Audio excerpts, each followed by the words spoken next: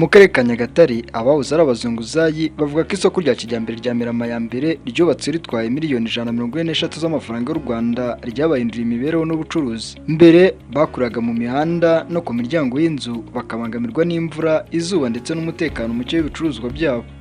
Ubu bavuga ko bafite aho bakorera hatekanye, bakabika ibicuruzwa neza kandi bakabona inyungu zarushijeho kwiyongera.